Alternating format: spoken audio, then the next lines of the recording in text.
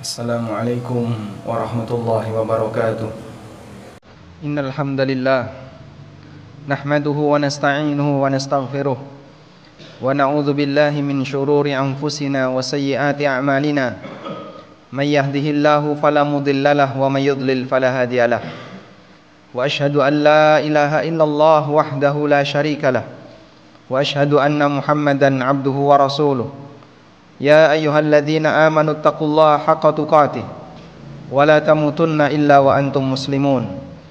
Ya ayyuhan nasu taqu rabbakumul ladzi khalaqakum min nafsin wahidah wa khalaqa minha zawjaha wa batha minhuma rijalan katsiran wa nisaa'a wattaqullaha alladzi tasaaluna bihi wal arham innallaha kana 'alaikum raqiba. Ya ayyuhalladzina amanu taqullaha wa qulu qawlan sadida yuslih lakum a'malakum wa yaghfir lakum dhunubakum wa may yuti'illaha wa rasulahu faqad faza fawzan 'azima. Amma ba'du fa inna asdaqal hadithi kitabullah wa khairal huda huda nabiyyina Muhammadin sallallahu alaihi wasallam wa syarral umuri muhdatsatuha fa inna kulla muhdatsatin fid dini bid'ah wa kulla bid'atin dhalalah wa kulla dhalalatin finnar. Wa usalli wa usallim ala nabiyyina Muhammadin wa ala alihi wa sahbihi ajma'in. Hadirin jamaah Jumat dimuliakan Allah Subhanahu wa taala.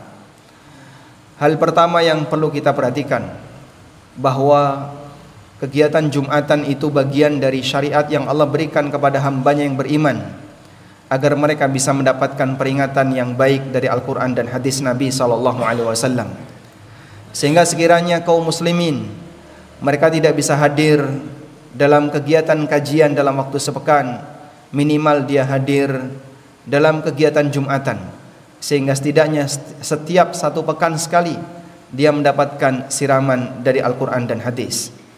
Karena itu Nabi SAW meminta kepada setiap kaum muslimin ketika hari Jumat agar bersungguh-sungguh dalam melaksanakan Jumatan, dan beliau menyebutkan adab, diantaranya adalah kalau sudah sampai di masjid jangan ngobrol, fokus mendengarkan khatib, sampai beliau mengatakan man qala li akhihi uskut wal imamu yakhtub faqad laghauta.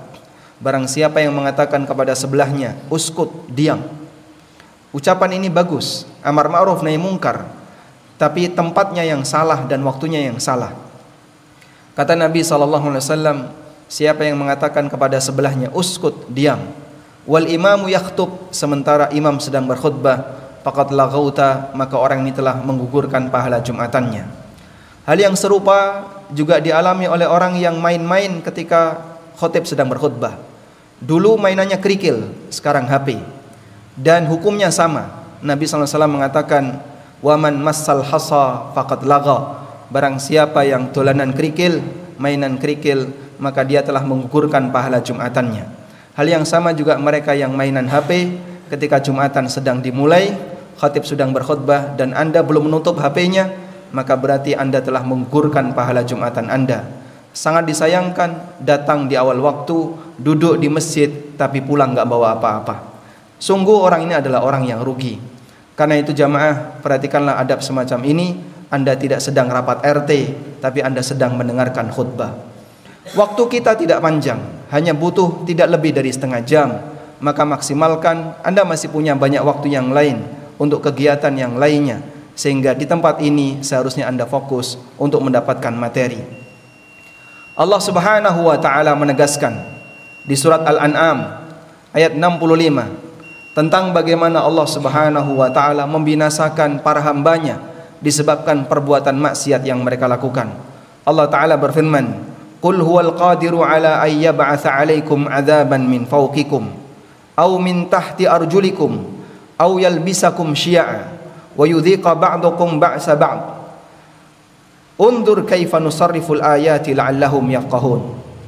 Katakanlah wahai Muhammad, huwal qahir, huwal qadir, dialah zat yang mampu, dialah zat yang memiliki kuasa, ala ayyab'atsa 'alaikum 'adzaban min fawqikum, untuk memberikan azab dari arah atas kalian, au min tahti arjulikum, atau azab dari arah bawah kalian, au yalbisakum syia'an, atau menjadikan kalian menjadi berpecah menjadi banyak kelompok yang kecil-kecil, wa yudhiqa ba'dakum ba'sa ba'din, sehingga sebagian merasakan kezaliman sebagian yang lain.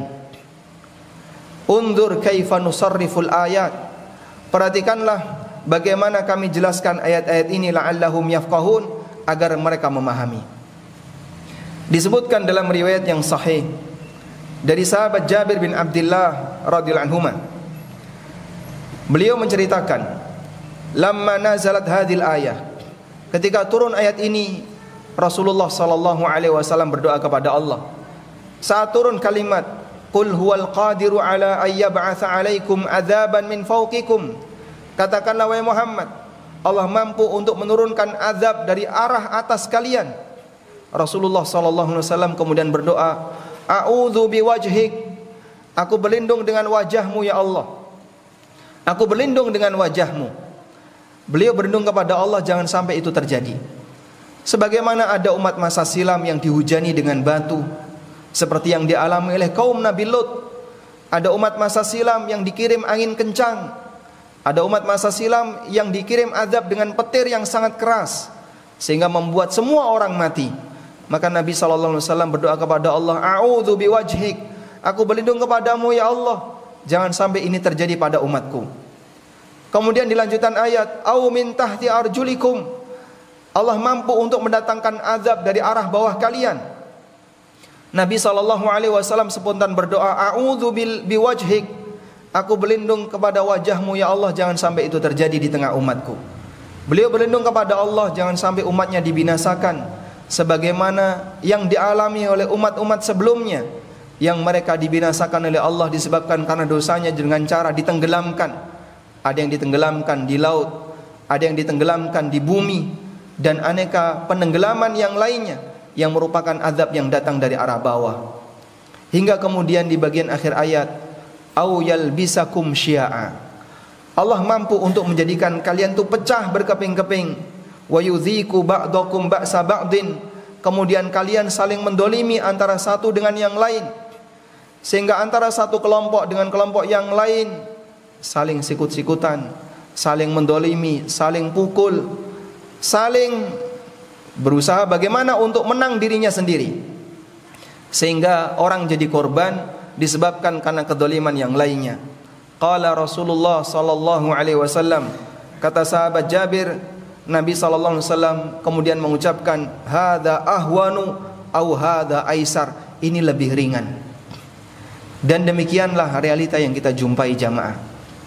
Umat Muhammad sallallahu alaihi wasallam tidak dibinasakan oleh Allah dengan kemaksiatan dan kejahatan yang mereka lakukan, dengan Allah turunkan azab dari atas. Allah juga tidak membinasakan mereka dengan Allah tenggelamkan mereka. Tapi kita bisa lihat bagaimana realita di lapangan. Antara satu dengan yang lain mereka saling berperang, antara satu dengan yang lain mereka saling tegang, antara satu dengan yang lain mereka saling mendolimi. Allah jadikan mereka berpecah, hatinya tidak satu, kemudian mereka antara satu dengan yang lain saling menyudutkan. Dan bisa jadi suasana semacam ini bisa kita saksikan di negara kita yang tercinta. Dengan keberadaan antara masyarakat yang kemudian tegang dengan pemerintah, sampai kemudian terjadi aksi di mana-mana, itu mungkin sejalan dengan apa yang disebutkan dalam ayat ini. Wa yudhiku ba'dakum ba'sa ba'din. Allah Subhanahu wa taala jadikan mereka berpecah-pecah, hatinya tidak satu, rebutan antara satu dengan yang lain, kemudian yang satu mendolimi yang lain, dan seterusnya. Demikianlah kenyataan yang bisa kita saksikan jamaah. Dan Nabi SAW menyebutkan dalam sebuah hadis yang diriwayatkan oleh Ibnu Majah dari sahabat Abdullah bin Umar radhiyallahu anhuma, beliau menceritakan, aqbala alaina Rasulullah sallallahu alaihi wasallam faqal, Rasulullah sallallahu alaihi wasallam mendatangi kami lalu beliau menyampaikan, ya ma'syaral muhajirin, wahai masyarakat muhajirin, khamsun idza tulitum bihinna a'udzu billah an tudrikuhunna. Ada 5 hal yang ketika kalian mengalaminya, maka akan datang hukuman yang lebih berat dari Allah. Dan beliau berlindung, a'udzubillah an tudrikuhunna, aku berlindung kepada Allah jangan sampai kalian mengalaminya. Lalu Rasulullah sallallahu alaihi wasallam menyampaikan, lam tadharil fahishatu fi qaumin qattu hatta yu'linu biha illa fasha bihimut ta'un wal auja' allati lam takun madat fi aslafihimul ladzi madaw. Apabila praktek perzinaan, apabila praktek al-fahishah, praktek perzinaan dan prostitusi tersebar di mana-mana, bahkan dilayani, maka Allah Subhanahu wa taala akan turunkan wabah penyakit yang menimpa mereka. Lam takun madat fi aslafihimul ladzina madaw, yang wabah itu tidak pernah terjadi di masa silam. Dan Masya Allah, jamaah belakang Allah, ada proyek yang dilakukan oleh liberalisme. Mereka mengajarkan kebebasan bergaul bagi laki dan perempuan, sehingga tidak ada batas. Norma yang dulu kita jaga, lelaki ada tempatnya, perempuan ada tempatnya, mereka main sesuai dengan kelompoknya, laki-laki sendiri, perempuan sendiri. Bagaimana caranya itu bisa dihilangkan? Sehingga orang-orang yang berpemahaman liberal ini mengajarkan kebebasan bergaul antara laki dan perempuan, dan hilang rasa untuk menjaga kehormatan masing-masing. Akhirnya zina terjadi di mana-mana. Waliyadzubillah, korbannya siapa? Masyarakat sendiri. Bagaimana bentuk korbannya? Banyak keluarga rusak gara-gara selingkuh. Bahkan tempat kerja menjadi salah satu penyebab terjadinya perselingkuhan, karena mereka tidak bisa menjaga yang namanya norma hubungan, bagaimana menjaga kehormatan antara laki dan perempuan. Dalam agama kita banyak diajarkan tentang itu, tapi itu dianggap sebagai ajaran yang kuno, tidak mengajarkan kebebasan, bertentangan dengan prinsip modernisme dan seterusnya. Maka benarlah apa yang disabdakan Nabi sallallahu alaihi wasallam ketika praktek zina itu bermunculan di mana-mana, bahkan dilakukan dengan terang-terangan. Akibatnya banyak keluarga rusak disebabkan karena selingkuh. Di samping itu juga aneka penyakit bermunculan. Dunia medis semakin canggih, tapi penyakit lebih canggih daripada dunia medis. Kemudian yang kedua, walam yanqusul mikyala wal mizan illa ukhidhu bis sinin wa syiddatil maunah wa jawri sultan alaihim. Ketika masyarakat mengurangi timbangan saat berdagang, maka mereka akan ditimpa paceklik dan sulitnya untuk mencari sumber kehidupan dan kezaliman dari pemimpin yang mereka miliki. Dan mungkin itu bisa kita jumpai. Korupsi itu merajalela dari ujung sampai ujung. Yang namanya pegawai korupsi waktu bisa kita lihat. Demikian pula dalam praktek perdagangan, yang namanya penipuan banyak sekali terjadi. Waliyadzubillah, semoga ini tidak keterusan jamaah. Yang ketiga, walam yamna'u zakata amwalihim illa muni'ul qatra minas sama' walaulal bahaim lam yumtaru. Kalau mereka menahan zakat dan tidak mau bayar zakat, maka Allah Ta'ala akan tahan hujan. Andaikan bukan karena binatang, maka mereka tidak akan diberi hujan. Dan realitanya banyak tempat yang terkadang kesusahan untuk mendapatkan air. Mungkin orang itu dermawan, tapi dia tidak tahu tentang bagaimana cara bayar zakat yang benar, sehingga mereka tidak menunaikan kewajiban rukun Islam berupa bayar zakat, karena mereka tidak ngerti bagaimana fikih zakat. Jamaah dimulakan Allah, ada pelanggaran dan ada hukuman. Sebagai hamba yang beriman, kita yakin bahwasanya bisa jadi ancaman ini diwujudkan oleh Allah sesuai dengan apa yang Dia kehendaki. Maka mari kita bersama-sama untuk takut kepada Allah. Kita selamatkan negeri ini dari aneka ujian yang menimpa masyarakat, sebagaimana yang tadi disebutkan oleh Nabi SAW. Demikian sebagai khutbah yang pertama. Aqulu qawli hadza wa astaghfirullah. Alhamdulillahi wa kafa, wassalatu wassalamu ala rasulil mustafa wa ala alihi wa sahbihi wa mawalah. Wa ashhadu an la ilaha illallah wahdahu la syarika lah, wa ashhadu anna Muhammadan abduhu wa rasuluh. Ya ayyuhalladzina amanu taqullaha haqqa tuqatih wa la tamutunna illa wa antum muslimun. Hadirin jamaah Jumat di belakang Allah Subhanahu wa taala. Nabi sallallahu alaihi wasallam melanjutkan pesannya.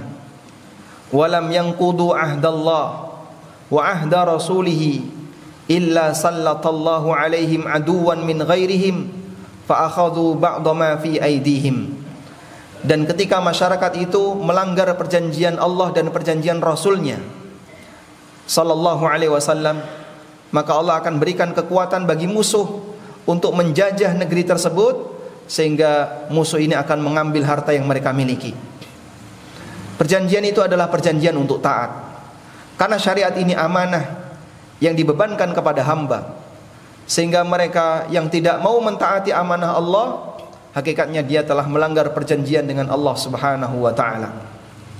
Kemudian yang kelima, Rasulullah sallallahu alaihi wasallam menyampaikan, "Wa ma lam tahkum a'immatuhum bi kitabillah wa yatakharraw mimma anzalallah illa ja'alallahu ba'sahum bainahum."